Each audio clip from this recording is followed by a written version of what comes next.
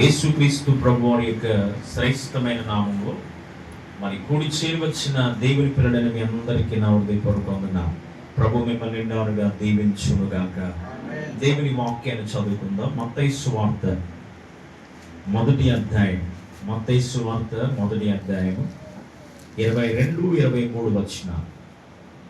22-23 వచనాలు. ఇదిగో కన్యక గర్భవతి అయి కుమారుని కనును, ఇమ్మానుయేలును పేరు పెట్టుదురు అని ప్రభువు తన ప్రవక్త ద్వారా పలికిన మాట నెరవేరునట్లు ఇదంతయు జరిగెను. ఇమ్మానుయేలు అను పేరునకు భాషాంతరమున దేవుడు మనకు తోడని అర్థము. చిన్న ప్రార్థన చేద్దాం. పరిశుద్ధుడైన తండ్రి, నీకు వందనాలు.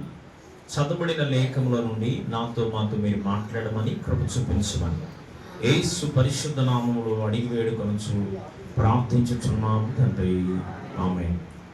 నీవు నాతో ఉంటే చాలు యేసయ్యా, నీ ఉంటే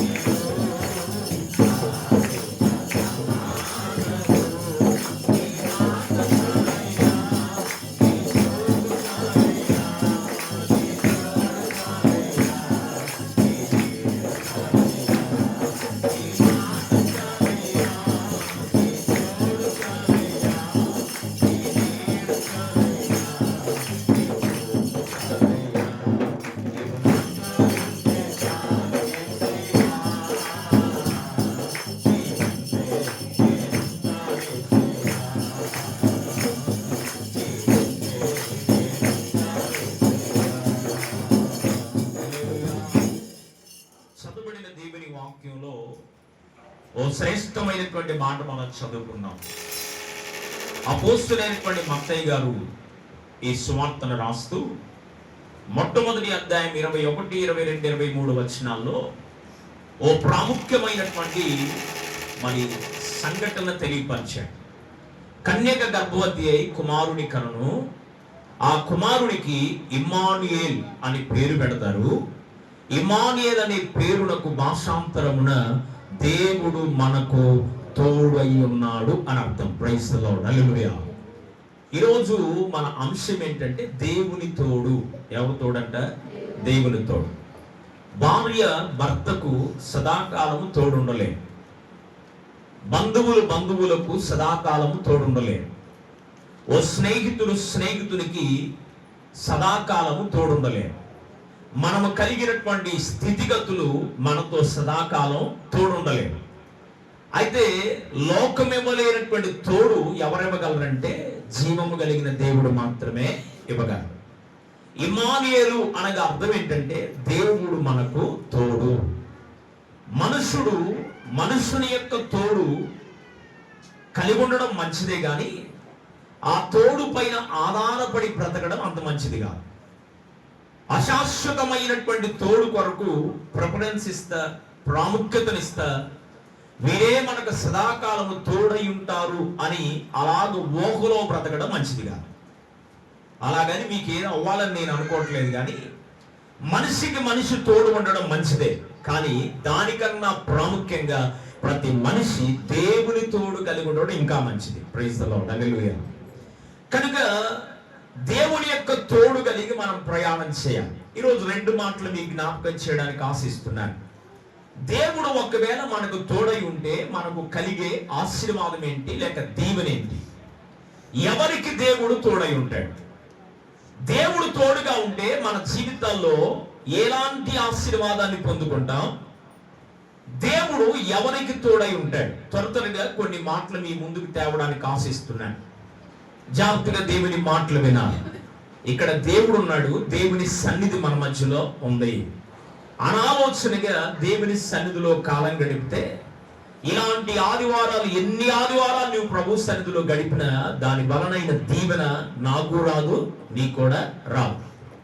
కనుక ఆయన తన పరిశుద్ధాలయంలో ఉన్నాడన్న సంగతిని గుర్తెరిగి చాలా జాగ్రత్తగా దేవుని వాక్యాన్ని మనం ఆలకించడానికి ప్రయత్నం చేద్దాం. దేవుని సేవకుడైనటువంటి మోషే గారు భూమి మీద ఉన్నటువంటి మనుషులందరిలో దేవుని వలన సాక్ష్యాన్ని పొందినవాడు.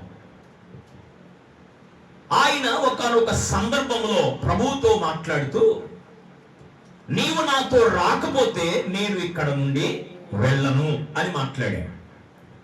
నిర్గమాకాండ గ్రంథం 33వ అధ్యాయము 14వ వచనం. నిర్గమాకాండ గ్రంథం 33వ అధ్యాయము 14వ వచనంలో మనం చూస్తే, నీవు నాతో రాని ఎడల నేను ఇక్కడ నుండి వెళ్ళను అని ఆయన మాట్లాడుతుంటే ప్రభు అన్నాడు, నా కటాక్షము నీతో వచ్చింది అన్నాడు. కాదు కాదు ప్రభువా, నీ కరుణ కటాక్షం దయ నాకుంటే సరిపోదయ్యా, నీవే నాతో రావాలి అని అడిగాడు. అడిగినప్పుడు ప్రభు అక్కడ ఏమన్నాడంటే, నా సన్నిధి నీకు తోడుగా వచ్చును అన్నాడు. ఒకసారి దేవునికి స్తోత్రం చెప్పు, హల్లెలూయా. దేవుని సన్నిధి మనకు తోడు రావాలి అనగా ఆయన సన్నిధి అంటే ఏంటో కాదు, ఆయనే. ఎవరు సమీపింపలేని తేజస్సులో నివసించే ఆ దేవుడు అల్పులము అభాగ్యులమైన మనకు తోడు రావడానికి ఆశిస్తున్నాడు.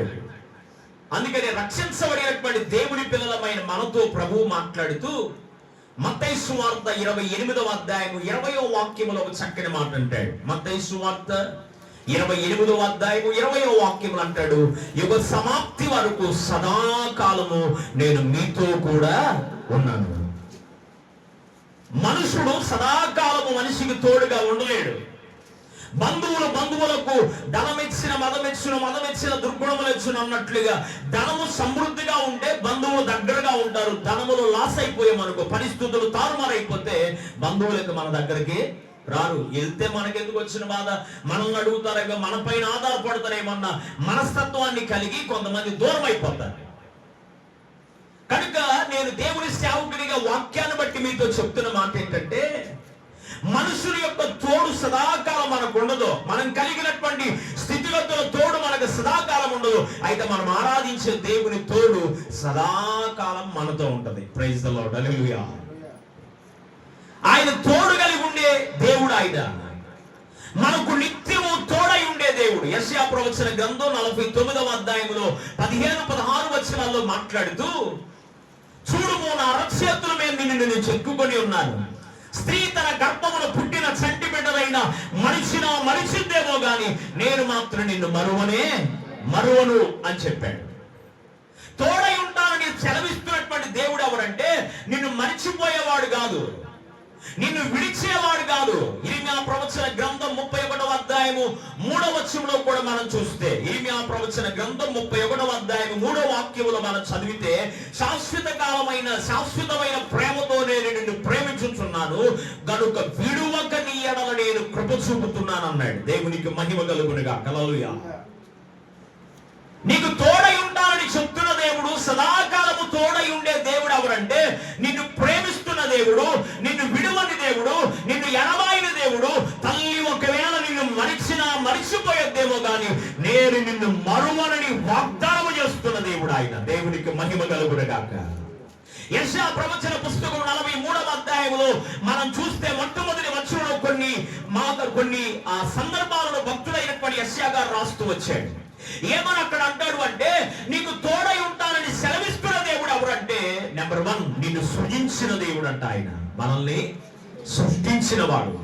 ఇంకా అంటాడు, నిన్ను నిర్మించిన వాడు నేనే అన్నాడు. మనల్ని సృజించిన వాడు ఆయనే, మనల్ని నిర్మించిన వాడు ఆయనే, మనల్ని పేరు పెట్టి పిలుస్తున్న వాడు ఆయనే. భయపడకండి, నేను మీకు తోడై ఉంటానని చెప్తున్న వాడు ఆయనే. నిన్ను విమోచిస్తున్న వాడు కూడా ఆయనే. ఒకసారి గట్టిగా చెప్పకూడదు ప్రభు నామం పాడు. హల్లెలూయా.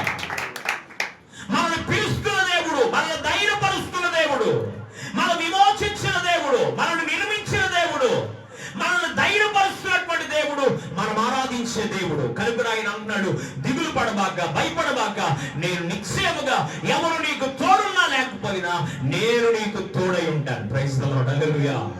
మనం ఆరాధించే దేవుడు మనిషి కొన్ని పరిస్థితుల్లో మరి అవకాశాన్ని బట్టి ఒకవేళ తోడు ఉండడానికి ప్రయత్నం చేయొచ్చేమో, ఒకవేళ అవకాశం కుదరకపోతే తోడు ఉంటారని చెప్పిన వాళ్ళు కూడా విడిచిపెట్టి వెళ్ళిపోవచ్చేమో.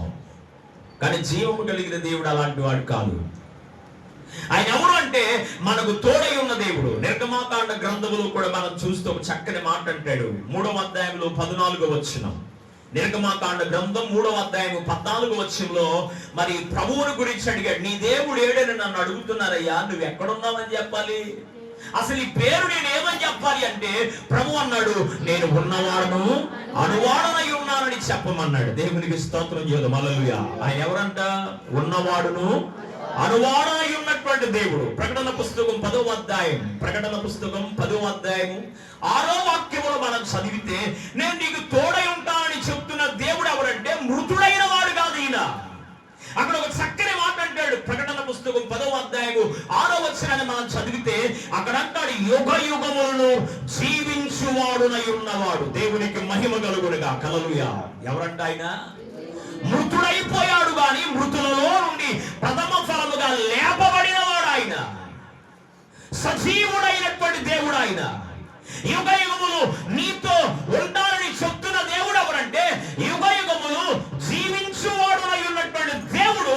ఆయన అంటున్నాడు, నేను నీకు తోడై ఉంటాను. Praise the Lord. హల్లెలూయా. ఇప్పుడు మనం ఏం సంపాదించుకోవాలంటే మనుషుని తోడు కొరకు ప్రయాసపడకూడదు, కానీ దేవుని తోడు సంపాదించుకోవడానికి ప్రయాసపడాలి. మనం కలిగినదంతా దేవునికి ఇచ్చేది. నాకు తోడు రమ్మంటే వస్తాడా? లేకపోతే మనం అర్పిస్తున్నటువంటి అర్పణను బట్టి దేవుడు మనకు తోడై వస్తాడా? ఇదంతా ఒక క్రమం మనం ఆశీర్వదించబడడానికి. అంతేగాని కానుకిస్తేనో, లేకపోతే దశమ భాగం ఇస్తేనో, లేకపోతే దేవునికి అర్పణలు ఇస్తేనో, దేవునికి ఏదో తీసుకొచ్చి దేవుని మందిరంలో ఇస్తే కాదు దేవుడు తోడై ఉండేది. అది ఇవ్వాలి, కానీ దానికన్నా ప్రాముఖ్యంగా దేవుని తోడు మనం కలిగి ఉండాలి. అంటే ఎవరికి దేవుడు తోడు అనుగ్రహిస్తాడో ఆ మాటలో నేను మీకు జ్ఞాపకం చేస్తాను. ఒకవేళ దేవుని తోడు మనం సంపాదించుకోగలిగితే, ఒకవేళ దేవుని తోడు కలిగి విశ్వాస యాత్రలో మనం ముందుకెళ్ళగలిగితే, ఆ దేవుని తోడు వలన మనకు కలుగుతున్న ప్రాముఖ్యమైనటువంటి కొన్ని ఆశీర్వాదాలు దేవుని వాక్యములో నేను మీకు పరిచయం చేయడానికి ఆశిస్తున్నాను. నెంబర్ 1 చూడండి, దేవుని వాక్యంలో ఆదికాండ గ్రంథం 26వ అధ్యాయం, ఆదికాండ గ్రంథం 26వ అధ్యాయం 3వ వాక్యం. ఎవరైనా చదవడానికి ప్రయత్నం చేసి త్వరగా చదివించి అందించండి. ఈ దేశమందు నీవు పరవాసమై ఉండుము, నేను నీకు తోడై ఉండి నిన్ను ఆశీర్వదించెదను. దేవునికి మహిమ కలుగునుగా. హల్లెలూయా. అబ్రహాము గారితో తన కుమారుడైనటువంటి ఇస్సాకుతో కూడా దేవుడు వాగ్దానం చేసి మాట్లాడుతున్న మాట ఏంటంటే, నేను నీకు తోడై ఉండి ఈ దేశంలో నీవు పరవాసిగా ఉన్నావు. ఈ దేశం నీది కాదు, వేరే ప్రాంతానికి నీవు నా పిలుపును బట్టి, నా యోగ్యతను బట్టి, నా యొక్క పిలుపును బట్టి ఈ స్థలంలోకి వచ్చావు కనుక వచ్చిన నిన్ను, పరవాసిగా ఉన్న నిన్ను నేను నీకు తోడై ఉండి నేను నిన్ను ఏం చేస్తానంటే ఆశీర్వదిస్తాను అని చెప్పాడు. దేవునికి మహిమ కలుగునుగా. హల్లెలూయా. నెంబర్ 1, దేవుని తోడు మనలను ఆశీర్వదిస్తుంది. దేవుని తోడు మనకేం కలుగు చేస్తుంది? ఆశీర్వాదం. మనుషుని తోడు ఆశీర్వదించలేదు. దేవుని వాక్యములో కొంతమంది అనుకుంటారు, మా కష్టము చేత, మా తెలివిని బట్టి, మా జ్ఞానాన్ని బట్టి, ఏదో పితరులు మాకు ఇచ్చి వెళ్ళిన దాన్ని బట్టి మేము ఆశీర్వదించబడుతున్నాం అనుకుంటారు. దేవుని వాక్యములు సామెతల పుస్తకం 22వ అధ్యాయం 10వ వాక్యములు అనుకుంటాను. అక్కడ ఒక చక్కని మాట అంటాడు, నరుల కష్టము చేత ఐశ్వర్యము ఎక్కువ కాదు, అసలు ఆశీర్వాదం రానే రాదు. యెహోవా ఆశీర్వాదము ఐశ్వర్యాన్ని ఇస్తుంది అనుంది అక్కడ. దేవునికి మహిమ కలుగును గాక. ఎవరి కష్టం చేత? సామెతలు 22:10 అనుకుంటాను, అక్కడ ఉంటుంది, నరుల కష్టమ చేత ఐశ్వర్యం రాదు, ఆశీర్వాదం రాదు, యెహోవా ఆశీర్వాదము ఐశ్వర్యం ఇచ్చును అన్నది అక్కడ. కనుక జీవము కలిగినటువంటి ప్రభువు పాద సన్నిధిలో దేవుని తోడును కలిగి మనం ఉంటే మన జీవితాల్లో దేవుడు ఏమి కలుగు చేస్తాడు అంటే, నెంబర్ 1 చెప్పండి అందరూ, ఆశీర్వాదం ఇస్తాడు. ఏమిస్తాడంటే ఆశీర్వాదం. ఇది అశాశ్వతమైంది కాదు. ఆయన ఇచ్చే ఆశీర్వాదం లోకం ఇచ్చేటువంటి గతించిపోయేటువంటి ఆశీర్వాదం కాదు. ఆయన ఇచ్చేది శాశ్వతమైనటువంటి ఆశీర్వాదాన్ని దేవుడు ఇస్తాడు. ఈ లోక సంబంధంగా నిన్ను ఆశీర్వదిస్తాడు. పరలోక సంబంధమైనటువంటి ఆత్మీయ సంగతులలో కూడా అట్టి ఆశీర్వాదాన్ని జీవము కలిగిన దేవుడు అందిస్తాడు. సెకండ్ వన్, రెండవదిగా చూస్తే ఆదికాండ గ్రంథం 28వ అధ్యాయం 15వ వాక్యం. ఆదికాండ గ్రంథం 28వ అధ్యాయము 15వ వాక్యములో యాకోబు దేవుని తోడు కలిగి ఉండడం వలన, ఎవరంట? యాకోబు తన జీవితంలో దేవుడు అతనికి తోడై ఉండటం వలన అతడు ఎక్కడికి వెళ్ళినా అతనికి దైవీకమైనటువంటి కాపుదలను దేవుడిచ్చాడు. దేవునికి మహిమ కలుగును గాక. ఏమిచ్చాడంట? కాపాడబడ్డాడు. మనకున్నటువంటి ఏ పరిస్థితుల్లో మనల్ని కాపాడలేము. కేవలం దేవుడు మాత్రమే మనల్ని కాపాడువాడు. దేవుని వాక్యముల కీర్తన పుస్తకం అంటాడు, నిన్ను కాపాడువాడు కునుకడు, నిద్రపోయేవాడు కాదు. 121వ కీర్తనలో 3-4 వచనాలు ఈ మాటలు మనకు కనబడతాయి. యెహోవా నీకు నీడగా ఉంటాడు, నీ రాకపోకల్లో ఆయన నీకు తోడుగా ఉంటాడు, నీవు చేస్తున్నటువంటి కార్యములన్నిట్లో ఆయన నీకు తోడుగా ఉంటాడు. అంత మాత్రమే కాదు, నిన్ను కాపాడువాడు ఎవరంటే కునుకని దేవుడు, నిద్రపోని దేవుడు. యాకోబుకు దేవుడు తోడై ఉండడం వలన అతడు వెళ్ళిన ప్రతి స్థలములో కలిసి వచ్చేటట్లుగా చేశాడు. అతను వెళ్ళినటువంటి ప్రయాణం అంతట్లో ఎదురైన ఆపదల్లో ఎక్కడ కూడా సిక్కుపడకుండా అతనిని దేవుడు కాపాడుతూ వచ్చాడు. దేవునికి మహిమ కలుగునుగా. హల్లెలూయా. దేవుని తోడు నీవు సంపాదించుకోగలిగితే నిన్ను కూడా దేవుడు ఏం చేస్తాడు? అన్నిటిలో నుండి నిన్ను కాపాడుతాడు. ఒక మాట జ్ఞాపకం చేస్తాడు. మరి ఆదికాండ గ్రంథం 48వ అధ్యాయం 15-16 వచనాలు. ఆదికాండ గ్రంథం 48వ అధ్యాయం 15-16 వచనాల్లో యాకోబు గారు యోసేపును దీవిస్తూ పలుకుతాడు. అక్కడ అతడు యోసేపును దీవించి చదువుతారా, నా పితరుడైన అబ్రహాము ఇస్సాకు ఎవరి ఎదుట నడుచుచుండిరో ఆ దేవుడు నేను పుట్టిన మొదలుకొని నేటి వరకును ఎవడు నన్ను పోషించునో ఆ దేవుడు, అనగా సమస్తమైన కీడులలో నుండి నన్ను తప్పించిన దూత మీ పిల్లలను ఆశీర్వదించునుగాక. దేవునికి మహిమ కలుగునుగాక. హల్లెలూయా.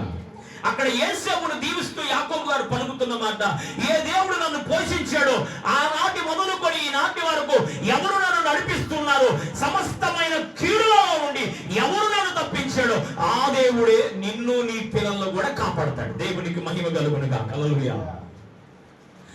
మనం ఆరాధించే దేవుడు ఎవరంటే కాపాడే దేవుడు. అయితే ఇప్పుడు కాపాడుతాడంటే దేవుని తోడు నువ్వు సంపాదించుకుంటే. ఎవరి తోడు? దేవుని తోడు సంపాదించుకుంటే నీకు కాపుదలగా జీవించగలుగుతావు, కాపాడబడతావు. మూడో మాట చూద్దాం. అది ఆదికాండ గ్రంథం 39వ అధ్యాయం. ఆదికాండ గ్రంథం 39వ అధ్యాయము 3వ వచనం నుండి కొన్ని వచనాలు చదువుకోండి. 3వ వచనం నుండి కొన్ని వచనాలు చదివితే అక్కడ యోసేపుని గురించి మాట్లాడుతూ వచ్చాడు. ఎవరి గురించి? యోసేపుని గురించి. 3 నుండి 5 వచనాలు మనం చూస్తే యోసేపు వాస్తవానికి ఆ దేశపు వారసత్వాన్ని కలిగిన వాడు కాదు. జాగ్రత్తగా వినండి. ఆ దేశానికి సంబంధించిన వాడు కాదు. ఐగుప్తు దేశపు వర్తకులకు అన్నదమ్ములే కొట్టి గాయపరిచి తండ్రికి చనిపోయాడని చెప్పి ఆ పిల్లవాడిని అమ్మివేసినటువంటి పరిస్థితి. అమ్మబడిన వాడు ఇప్పుడు అమ్మబడిన తర్వాత ఆ దేశానికి ఏమైపోయాడంటే ఆ దేశపు వారసత్వ హక్కు అతనికి లేదు. అతడు బానిసగా కొనబడ్డాడు. అక్కడికి అతడు ఎలాగెళ్ళాడు? బానిసగా వెళ్ళాడు. అయితే యోసేపుకు దేవుడు తోడై ఉండడం వలన కేవలం పొతీఫర్ ఇంట్లోనే కాక అతనికి కలిగిన సమస్తం మీదే కాక అతని యావరాస్తిపైనే కాక రాజు తరువాత రాజంతటి వాడుగా దేవుడు బానిసలు తీసుకెళ్లి ప్రధానమంత్రిగా రాజు స్థాయిలో దేవుడు నిలబెట్టాడు. ఇప్పుడు గట్టిగా చెప్పండి. దేవునికి మహిమ కలుగునుగా. హల్లెలూయా. పెద్దలు అంటారు రాజు తలుసుకుంటే దెబ్బలకి కొద్దిగా ఏమైనా ఉందా? దేవుడే తలుసుకున్నాడు యోసేపుని. యోసేపుకు దేవుడు తోడై ఉండటం వలన కేవలం పొతీఫర్ ఇంట్లోనే కాదు, ఆ దేశమంతటి పైన ఒక రాజుగా మరి యోసేపును దేవుడు హెచ్చింపగలిగిన స్థితిలోకి దేవుడు తీసుకెళ్ళాడు. ప్రైజ్ ది లార్డ్, హల్లెలూయా. నాకు నేను హెచ్చించుకుంటే అవనం, నీకు నువ్వు హెచ్చించుకుంటే కాలేవు. ఎవరికెవరు హెచ్చించుకున్నా ఎవరెవరు ఏం చేయలేరు. మనకు మనం కాదు హెచ్చుగలిగినటువంటి స్థాయిలోకి వెళ్ళాలంటే, ఒకడు అంటున్నాడు నేను సెటిల్ అయ్యేటట్టు ప్రార్థన చేయి పాస్టర్ గారు అంటున్నాడు. ఈ అసలు దేవుడి పైన విశ్వాసమే లేదు. ఇంకెట్ట సెటిల్ అవుతాడు?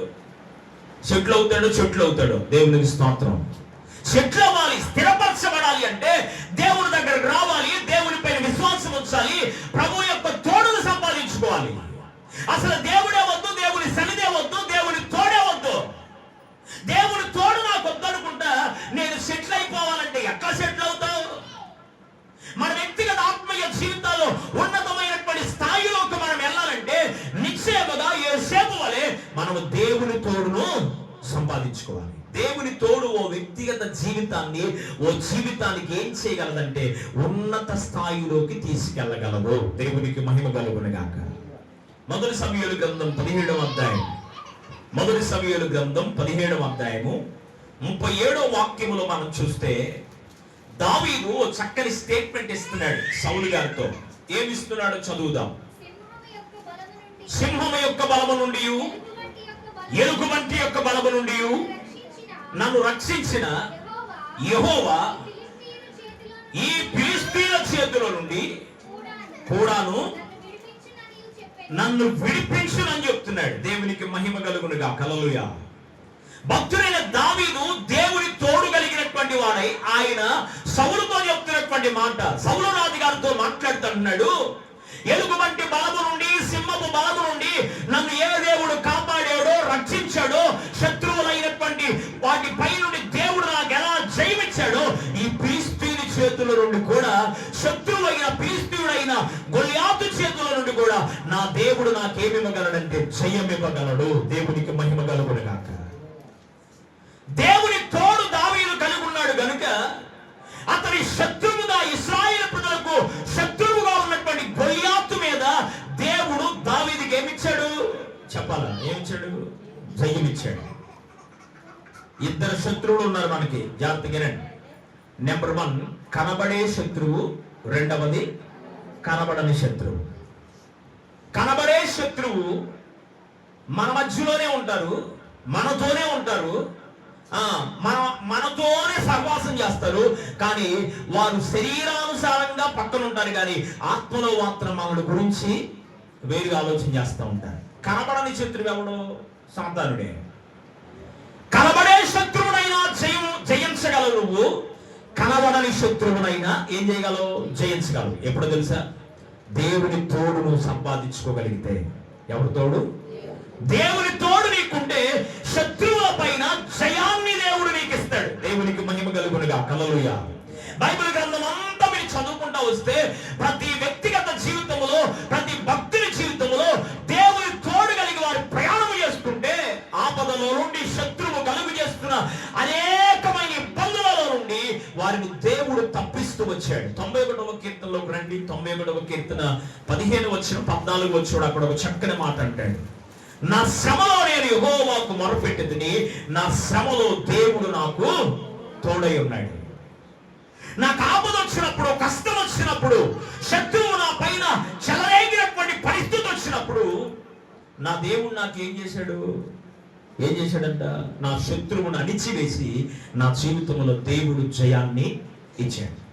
కనబడే శత్రువునైనా, కనబడని శత్రువునైనా నీకు నువ్వు జయించలేవు, నాకు నేను జయించలేను. ఎవరి శత్రువో, ఎవరి మిత్రువో, ఎవరిని నమ్మాలో, ఎవరిని నమ్మకూడదో అర్థం కానటువంటి లోకములో మనం బ్రతుకుతున్నాం. దేవునికి మహిమ కలుగునుగాక. మన ఎదురు బాగానే ఉంటారు, మనం వెళ్ళిన తర్వాత మన గురించి మాట్లాడతారు. కనుక ఓ దేవుని సేవకునిగా మరి ఏం జ్ఞాపకం చేస్తున్నానంటే, అది కనబడేవాడైనా కనబడని వాడైనా శత్రువును నీకు నువ్వుగా జయించలేవు. కేవలం దేవుని తోడు నీకుంటే శత్రువుల పైన నీకేమిస్తారంటే జయాన్ని ఇస్తాయి. మరొక మాట చూపిస్తాను. రాజుల మొదటి గ్రంథం, క్షమించండి, 2వ రాజుల గ్రంథం 18వ అధ్యాయము 7వ వచనం. రెండవ రాజుల గ్రంథం 18వ అధ్యాయం 7వ వచనం.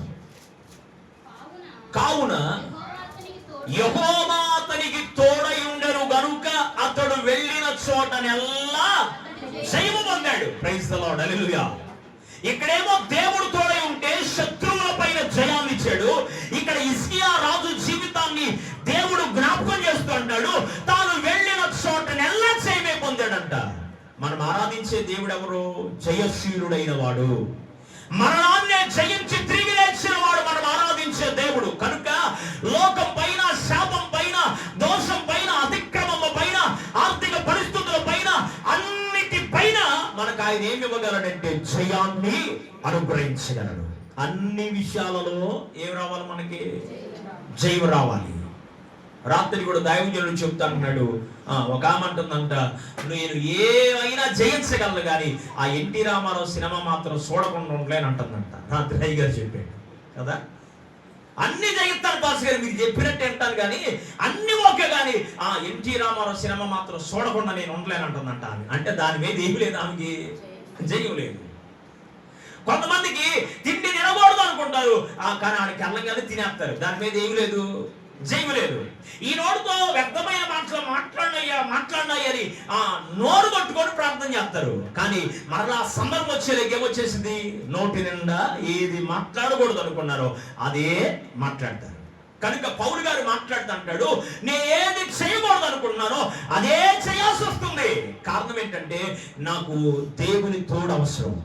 మనం ఏది చేయాలనుకున్నాం అది చేయకుండా కేవలం దేవుడు మాత్రమే అడ్డుపడగలడు, ఇంకా మరి ఏది అడ్డుపడలే.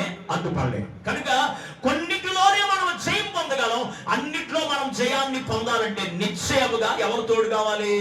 జీవము కలిగిన దేవుని తోడు కావాలి. దేవుని తోడు గనక నీవు సంపాదించుకోగలిగితే, దేవుని తోడు గనక నీవు సాధించుకోగలిగితే, దేవుని తోడు గనక నీవు కలిగి ఉండగలిగితే ఖచ్చితంగా అతడు వెళ్ళిన చోటనెల్లా అతడు ఏం పొందుకున్నాడు? జయాన్ని పొందుకున్నాడు. నీ నా వ్యక్తిగత ఆత్మీయ జీవితంలో ప్రభు ఏం చేయగలడంటే, నీవు వెళ్ళిన చోటనెల్లా నీకున్నటువంటి ప్రతి పరిస్థితుల్లో అపజయం పాలయ్యేటట్లుగా చేయడాయన అన్నిటిలో నీకేమిస్తాడు? జయాన్ని దేవుడు కలుగజేస్తాడు. మరొక మాట చూద్దాం దేవుని వాక్యంలో. దినవృత్తాంతముల మొదటి గ్రంథం 4వ అధ్యాయం 10వ వాక్యం మనందరికి సుపరిచితమైనటువంటి వాక్య భాగం. దినవృత్తాంతముల మొదటి గ్రంథం 4వ అధ్యాయం 10వ వాక్యం. ఎబ్బేజు ఇశ్రాయేలు దేవుని గురించి మొరపెట్టి, నీవు నన్ను నిశ్చయముగా ఆశీర్వదించి నా సరిహద్దును విశాలపరిచి నీ చేయి నాకు తోడుగా ఉండదయచేసి నాకు కీడు రాకుండా దానిలో నుండి నన్ను తప్పించుము అని ప్రార్థన చేస్తున్నాడు. దేవునికి మహిమ కలుగును గాక. చిన్న ప్రార్థనే గాని గ్రేట్ ప్రేయర్, గొప్ప ప్రార్థన అన్నారు దీన్ని. చిన్న ప్రార్థనే గాని అందులో ఉన్న ప్రాముఖ్యమైనటువంటి అంశాలు మన వ్యక్తిగత ఆత్మీయ జీవితాల్లో అన్వయించుకోవలసినటువంటి ప్రార్థన ఎబ్బేజు చేశాడు. ఎబ్బేజు అనగా వేదన పుత్రుడు. అయితే వేదన కలిగి అతను దేవుని సన్నిధిలో ఒక చిన్న మనవిని చేశాడు. అదేంటంటే, నీ చేయి నాకు తోడుగా ఉండదయచేయ, కీడు రాకుండా నన్ను భద్రపరచు. Praise the Lord, hallelujah. దేవుని తోడు మన యొక్క వ్యక్తిగత ఆత్మీయ జీవితాల్లో కలిగి ఉండడం వలన కీడు రాకుండా కాపాడబడతాం. దేవునికి స్తోత్రం చెప్పు, హల్లెలూయా. ఏమి రాదంట? దేవుని తోడు ఉంటే ఏ కీడు మనకి రాదు. ఏ కీడు రాదని ప్రభువు మనతో సెలవిచ్చాడు. ఏ అపాయము నీ యొద్దకు రానీను. 91వ కీర్తన అంటాడు, నీ పక్కన చెప్పాలి, పూర్తి చేయాలి, నీ పక్కన 1000 మంది పడిపోయినా, నీ కుడి పక్కన 10,000 మంది కూలిపోయినను అపాయము నీ యొద్దకు రాదు. ఆయన ఎవరు అంటే మహోన్నతుడైన దేవుడు. మహోన్నతుడైన దేవుడు నీకు నివాస స్థలముగా ఉంటే, ఆయన నీకు ఆశ్రయముగా ఉంటే, ఆయనే నీకు తోడై ఉంటే నీ జీవితంలో ఏ కీడు నీ దరికి రానియడు. ప్రైజ్ ది లార్డ్, హల్లెలూయా. ఒకసారి మన వ్యక్తిగత ఆత్మీయ జీవితాలు పరిశీలన చేసుకుందాం. ఒకసారి మనం పరిశీలన చేసుకుందాం. ఎన్ని కీడులలో నుండి తప్పించాడో, ఎన్ని ఆపదల నుంచి తప్పించాడో, ఎన్ని రోగాల నుంచి చనిపోయేటువంటి పరిస్థితుల నుండి దేవుడు మనల్ని విడిపించాడో. తలని అయిపోయి చచ్చిపోయిన ఎంతమంది ఉన్నారు తెలుసో తెలీదు మీకు. ఊరక నడుస్తూ నడుస్తూ ముందుకు పడిపోయి, కారణం ఏమి లేకుండా నడుస్తూ నడుస్తూ ముందుకు పడిపోయి చచ్చిపోయిన వాళ్ళు ఉన్నారు. జ్వరం వచ్చి ఒక్కరోజు మంచంలో ఉండి చచ్చిపోయిన వాళ్ళు ఉన్నారు. ఊరికే చూస్తానే మాట్లాడతా అలాగే కుర్చీలో ఆగిపోయి చచ్చిపోయిన వాళ్ళు ఉన్నారు. ఎన్నిట్లో నుంచి తప్పించాడు దేవుడు మనల్ని. ఎన్ని ఆపదలు మన జీవితాల్లో రాకుండా కాపాడుతున్నాడు. కీడుకు మనల్ని అప్పగించకుండా మరి దేవుని యొక్క పాద సన్నిధిలో ఏ దోషం ఉన్నా, ఏ అవిధేయత ఉన్నా, ఏ పాపం ఉన్నా, ఏ బలహీనత మనం ఏర్పాటు చేస్తున్నా కీడుని ధరించాలని యొక్క నిన్ను కాపాడి భద్రపరుస్తున్నాడు దేవుడు. ఎబ్బేజు ప్రార్థన దేవుడు ఆలకించి ప్రభు అంట అతనికి కీడు రాకుండా దేవుడు అతనికి తోడు అనుగ్రహించాడు. దేవునికి మహిమ కలుగునుగాక. దేవుడి తోడు నీవు సంపాదించుకోగలిగితే నీకే కీడు నీ దరికి దేవుడు రానియడు. ప్రైజ్ ది లార్డ్, హల్లెలూయా. మరొక మాట చూపిస్తాను రండి. దేవుని వాక్యంలో మొదటి రాజుల గ్రంథం 11వ అధ్యాయం, మొదటి రాజుల గ్రంథం 11వ అధ్యాయము 38వ వచనంలో సొలొమోను గారు వారి యొక్క కుమారుడైనటువంటి యెరోబాముతో ప్రవక్త ద్వారా ప్రభు మాట్లాడుతున్న మాట. ఏమని ఆయన మాట్లాడుతున్నాడంటే 38వ వచనంలో, నీవు ఆయన మాటలు అనుసరించి గైకొని నీవు నడిచిన ఎడల నీవు నీ తండ్రి అయితే అలా చేశాడు. స్థిరపడిన తరువాత తన మనస్సును గర్వించి మరి విగ్రహారాధన వైపు తన మనస్సును తిప్పుకొని సొలొమోను వంటి జ్ఞానము కలిగిన వాడు లేడని, ఐశ్వర్యవంతుడు లేడని నా ద్వారా పేరు పొందుకొని కూడా అతడు స్థిరత్వమైన మనస్సు లేక భయంకరమైనటువంటి పరిస్థితుల్లో గెలిపోయాడు అని జ్ఞాపకం చేస్తూ యెరోబాముతో ప్రభు తన ప్రవక్త ద్వారా మాట్లాడుతున్నటువంటి మాట ఏంటంటే, నిన్ను నేను అట్లా ఉంచును, నిన్ను నేను స్థిరపరచబోతున్నానని చెప్పాడు. దేవునికి స్తోత్రం చెప్పు, హల్లెలూయా. దేవుని తోడు మన వ్యక్తిగత ఆత్మీయ జీవితాల్లో ఏం చేస్తుంది? స్థిరపరుస్తుంది. మనందరికీ తెలుసుగా, పాడతారా? స్థిరపరచువాడవు పాడాలి.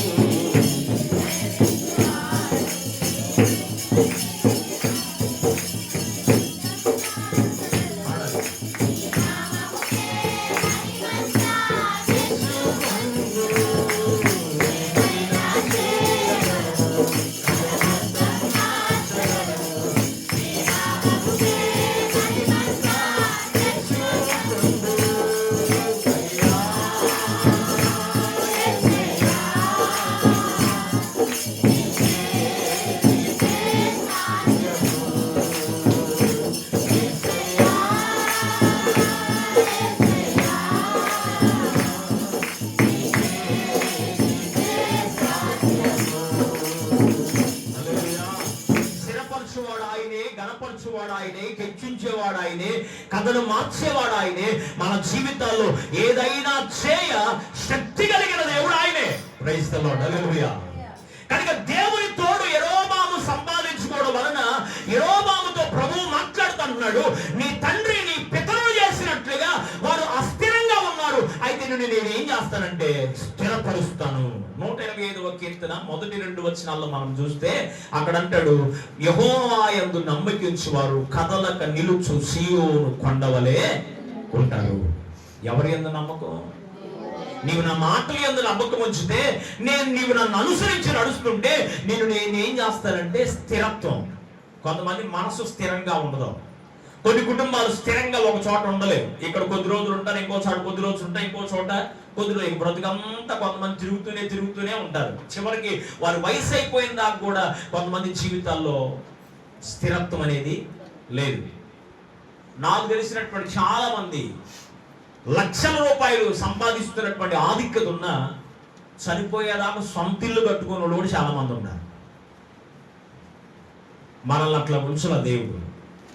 ఉన్న చోటే స్థిరంగా దేవుడు ఇచ్చాడు, గృహాన్ని ఇచ్చాడు, కుటుంబాన్ని ఇచ్చాడు, ఆరోగ్యం ఇచ్చాడు, దైవ సన్నిధికి దగ్గరగా మనల్ని ఉంచాడు. అన్ని విధాలుగా ప్రభు మనల్ని ఏం చేశాడు? స్థిరపరిచాడు. స్థిరపరిచిన తర్వాత భక్తులు కొంతమంది గర్వించి ఆ స్థిరత్వమైనటువంటి స్థితిలో నుంచి దిగజారిపోయారు. మనం అలా ఉండకూడదని జ్ఞాపకం చేస్తున్నాను. దేవుని తోడు ఓ వ్యక్తిగత జీవితాన్ని ఏం చేయగలదంటే స్థిరపరచగలదు. మనకు మనం స్థిరపరచబడలేం, కానీ స్థిరపరచబడడానికి అవకాశాన్ని ఇచ్చేవాడు, నేను స్థిరపరిచేవాడు ఎవరంటే దేవుడే. అది ఏ విషయమైనా కావచ్చు. కొంతమందికి చంచలత్వమైన మనసు ఉంటుంది, అంటే స్థిరత్వమైనటువంటి మనసు ఉండదు. కొద్దిసేపు ఒకటి ఆలోచిస్తారు, ఇంకోసేపు ఇంకోటి ఆలోచిస్తారు, ఇంకోసేపు ఇంకోటి ఆలోచిస్తారు. అది చేయాలి ఇది చేయాలనుకుంటారు, ఏది చేయలేరు. దేవునికి స్తోత్రం. గొర్రెపేకు కూడా దిగదాని వల్ల ఏం చేయలేవు. దేవుడు సహాయం లేకుండా, దేవుని తోడు లేకుండా నీ వల్ల నా వల్ల ఏదేం లేదు. దేవుని తోడుంటే నువ్వు ఏదైనా చేయగలవు, నేను కూడా ఏదైనా సాధించగలుగుతాను. దేవునికి మహిమ కలుగునుగా. హల్లెలూయా. కనుక దేవుని తోడు నా వ్యక్తిగత ఆత్మీయ జీవితాలను ఏం చేయగలదంటే స్థిరత్వంలోనికి నడిపిస్తుంది. మరొక మాట చూపిస్తాను. ద్వితీయోపదేశకాండ గ్రంథం 2వ అధ్యాయం 7వ వచనం. ద్వితీయోపదేశకాండ గ్రంథం 2వ అధ్యాయము 7వ వచనంలో మనం చూస్తే, నీ దేవుడైన యెహోవా నీకు తోడై ఉన్నాడు, నీకేమీ తక్కువ కాదు అన్నాడు. ఏం చేయడంట? ఏ విషయంలో కొదువ నీకు రానియడు. యెహోవాయే నా కాపరిగా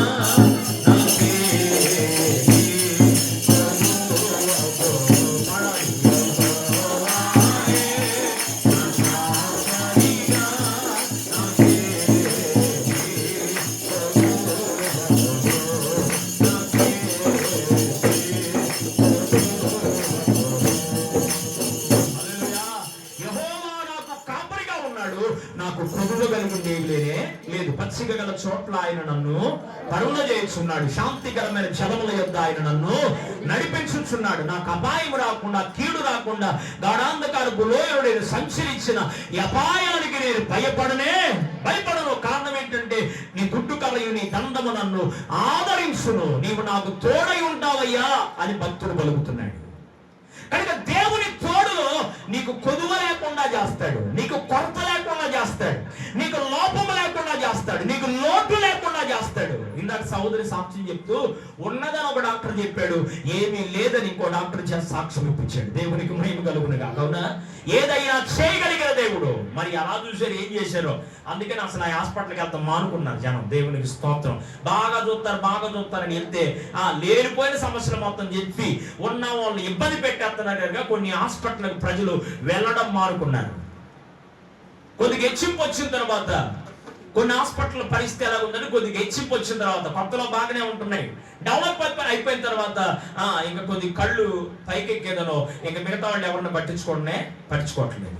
కొన్ని హాస్పిటల్, అందరూ కాదు, కొంతమంది వైద్యులు అలా ఉన్నారు. అయితే పరమవైద్యుడైనటువంటి జీవం కలిగిన దేవుడి దగ్గర ప్రార్థించినప్పుడు అన్ని పరిస్థితులను దేవుడు చక్కబాటు చేయగలడు. Praise the Lord. హల్లెలూయా. కనుక ఉన్నవి లేనట్లుగా, లేని ఉన్నట్లుగా చేయగలిగిన దేవుడు. ఏది లోపమో, ఏది లోటో, ఏది కొదువో, ఏది నీ జీవితంలో తక్కువగా ఉందో దేవుని తోడు నీవు సంపాదించుకోగలిగితే నీ కొదువను తీరుస్తాడు, నీ లోటును తీరుస్తాడు, నీ లోపాన్ని సరిచేస్తాడు, నీ పరిస్థితులను బాగు చేస్తాడు.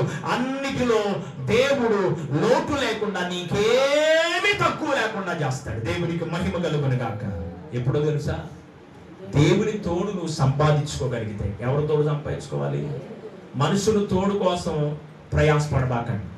అన్నదమ్ముడు బలకలేదనో, తోడుకోళ్ళ బలకలేదనో, వదిన బలకలేదనో, మరదల బలకలేదనో, అక్క చెల్లెలు బలకలేదనో, అత్తమ్మ బలకలేదనో, తల్లిదండ్రులు బలకలేదనో, వాళ్ళు బలకపోతే బాధపడి ఏడుస్తున్నావు. కానీ జీవము కలిగిన దేవుడు తోడు అసలు నీకుందా లేదా?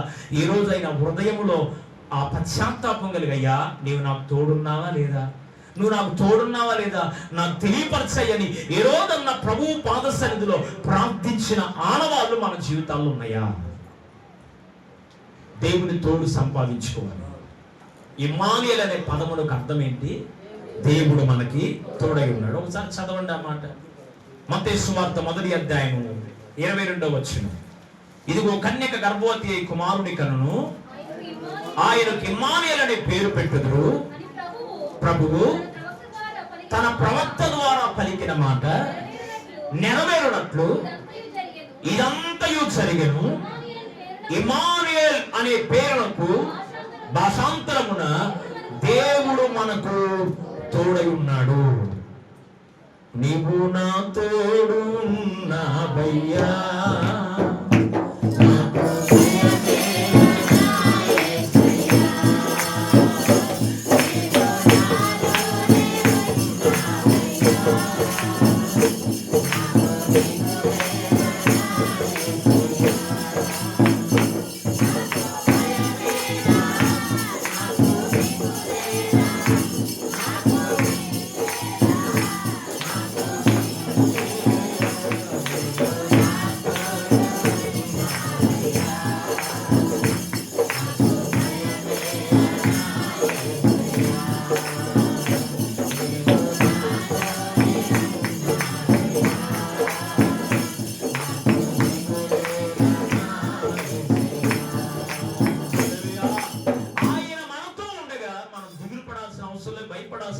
చింతపడాల్సిన అవసరం లేదు. నిశ్చయముగా దేవుడు మనకు తోడై ఉంటే దరిదాపుగా 8 విధములైన ఆశీర్వాదాలు ప్రభు మనకిస్తాడు. Praise the Lord. హల్లెలూయా. దేవుని తోడు మనం సంపాదించుకోవాలి. ఎవరి తోడు? దేవుని తోడు. దేవుని తోడు మనం సంపాదించుకోగలిగితే ఆశీర్వాదం ఇస్తాడు, కాపుదలను ఇస్తాడు, మరి ఉన్నతమైనటువంటి స్థితిని దేవుడు మనకు అనుగ్రహిస్తాడు, శత్రువుల పైన జయం ఇస్తాడు, అన్ని విషయాలలో జయాన్ని దేవుడు ఇస్తాడు, కీడు రాకుండా దేవుడు కాపాడుతాడు, స్థిరపరుస్తాడు. ఏ విషయంలో తక్కువ లేకుండా అన్ని విషయాల్లో సమృద్ధిని దేవుడు మనకు అనుగ్రహిస్తాడు. ఈ మాట నమ్మితే గట్టిగా చెప్పడం కూడా ప్రభు నామయించు. హల్లెలూయా. మనం ఆరాధించే దేవుడు మనకు తోడై ఉండే దేవుడు. మనిషి కాదు ఆయన మాట తప్పడానికి. ఏం చెప్పాడు మత్తయి సువార్త 28:20లో? నేను యుగ సమాప్తి వరకు సదాకాలం నేను మీకు తోడై ఉంటానని చెప్పాడు. ఎప్పుడు దాకంట? యుగ సమాప్తి వరకు. తరములు మారినా, యుగములు మారినా, జగమే మారిపోయినా నేను నిన్ను మరువను.